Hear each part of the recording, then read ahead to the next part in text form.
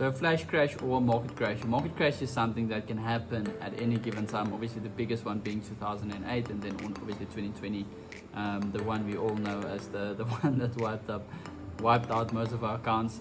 So we had a flash crash about 3 October on all the JPY pairs.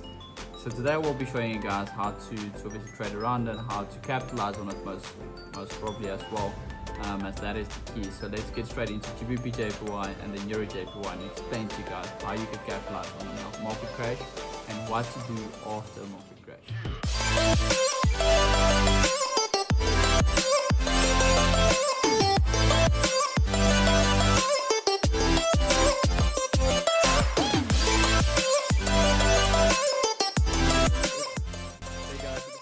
For Monday Madness will be GBP JPY. GBP JPY is a pair that I haven't been trading a lot lately. Obviously we had that market crash, and after the market crash we had the nice V-shaped recovery, and after that obviously we had a big drop off to the downside, ending this week off. So let's see what we can expect, how we could have capitalized on the move last week.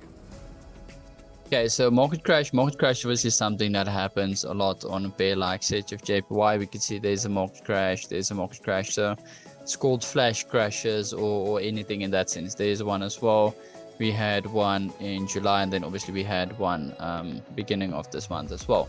So it is something that happens quite often on pairs like USD or something, Euro GBP.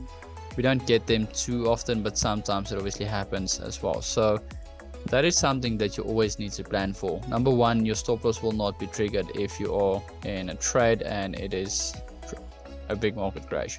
So you'll actually have your stop loss flickering yellow. So that's something that you always need to take into account, especially if you're just trading with one big trading account. Okay, so let's look at the market crash on GBP JPY, and then obviously we'll move over to CHF JPY as well. So for me personally, I do see a market crash as opportunity. In 2020, obviously I lost millions and millions of rands due to the market crash, but at that time I was really uneducated around the topic of market crash. So rather than, I was actually in this market crash, so I was in a GBPA short, GBP odd short, and then the market crash came out and woke up on just over 10 million minus 12 million rand running, and obviously that was a big lesson for me. So if I was as educated on the specific topic at that point, obviously I would have been taking a short position at the top and running it down. So rather than losing a lot of millions, I would have made a lot of millions. But the way I always see it is I learned the lesson with millions and at least not billions. So that educates me on the specific topic. So from there I started seeing a market crash more as an opportunity than anything else. So if we actually go to the specific market crash we had in June or July over here, after a market crash you have one of two situations. So you either have a U-shaped recovery, so price goes like that and comes back, or on JPY pairs we have something that's called a V-shaped recovery. So it forms a V and then obviously price continues to the top side. So the same thing with the current market crash. We had a nice drop to the downside, and that's why I said I do expect price to make a V-shaped recovery. So price once again did the exact same thing as it did last time, just a market crash and a V-shaped recovery. So for me personally, if I would be sitting at my computer and I'll see a crash like that, I'll stack buy entries the whole time and try and run it back, because we can see every single time it pulls back. It's not like it just keeps floating. So it's something to study, especially if you're trading JPY pairs and any pair in general. So every single time you have a market crash, it is usually a bubble that's been building up and then it explodes. So where a lot of people see it as a bad thing, I see it as opportunity, because most bigger billionaires and things uses things like a market crash to shift wealth, because while everyone is panicking, they're just buying everything at a cheaper price. So for me, every time I see a market crash, I do try and capitalize on that specific move. Same thing when we had the oil crash as well. When oil crashed, everyone was up in panics and said that oil is done, but I mean it's oil. it's oil. So same thing, we had more of a U-shaped recovery on oil as well. So where most people were panicking, a lot of people obviously took the opportunity to make a lot of money. You guys can see we went straight from 0 all the way to new high highs at that given point. So always see it as opportunity rather than seeing it as a negative point. So nonetheless, let's see how we could have capitalized last week on GBP/JPY. So the first thing I said in the market update is that I'm not looking for sells, okay, because price was still trending to the top side. We had a high, we had a high-low close last week, so we knew that we are looking for excuse me, for buying opportunity. So going into Monday, we already opened with this big gap, so we knew the chances are that we need to go and fill this gap somewhere going into the week.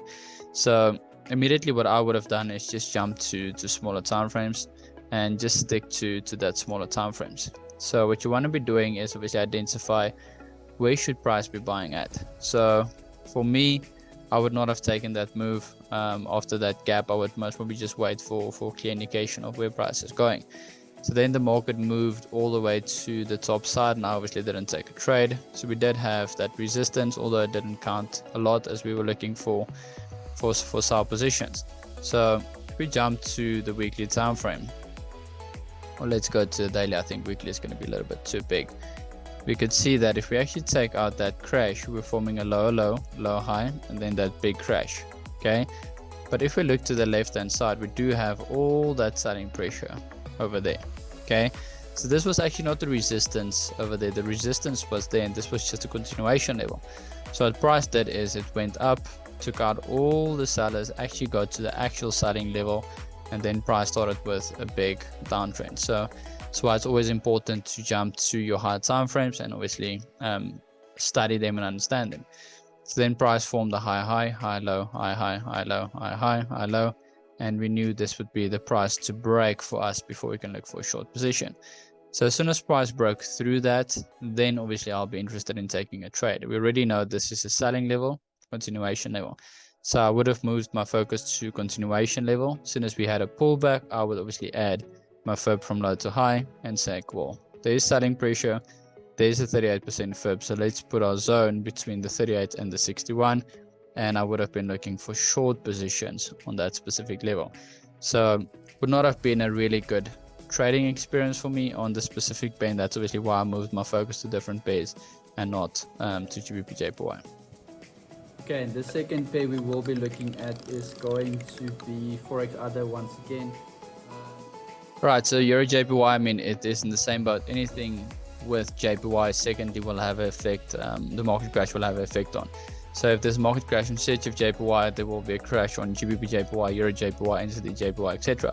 So Euro JPY is a really good pair to trade, especially if you do understand and master search of JPY. Because of because the euro is a free-flowing pair, it mostly affects directly to the JPY. So it's almost a straight correlation to search of JPY. So already we can see that we are in a sideways market. So a lot of traders will fail to see the sideways market once again due to the market crash. So this is another lesson on a market crash. When you have a market crash, once again, don't care about it. Don't try and bring it into analysis. For me, I mostly just try and switch it off. So I'm trying to look at the market without that specific candle in mind. So then we can see we're actually in a perfect sideways market. Okay, so let me just quickly take that off. Okay, perfect, there we go. So going into this pair in the week, we already knew that we're in a sideways market. Okay, so after the market crash, I mean, same thing, V-shaped recovery and price continued into the sideways market.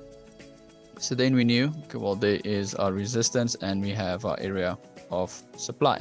So remember, area with supply, really simple. As long as price stays within the area of supply, price is not seen as a breakout. So we also had the psychological level of 158,500 over there as well.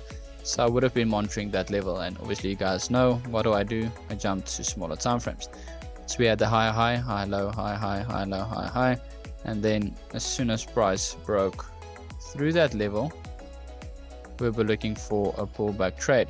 So as soon as we have a pullback, we obviously add our fib low to high, and we could see price is rejecting that specific level. So what I would personally done is I will go back into the sideways market and identify selling pressure. So I'll see, okay, price is selling from that range over there, and then I'll try and trade from that specific selling pressure.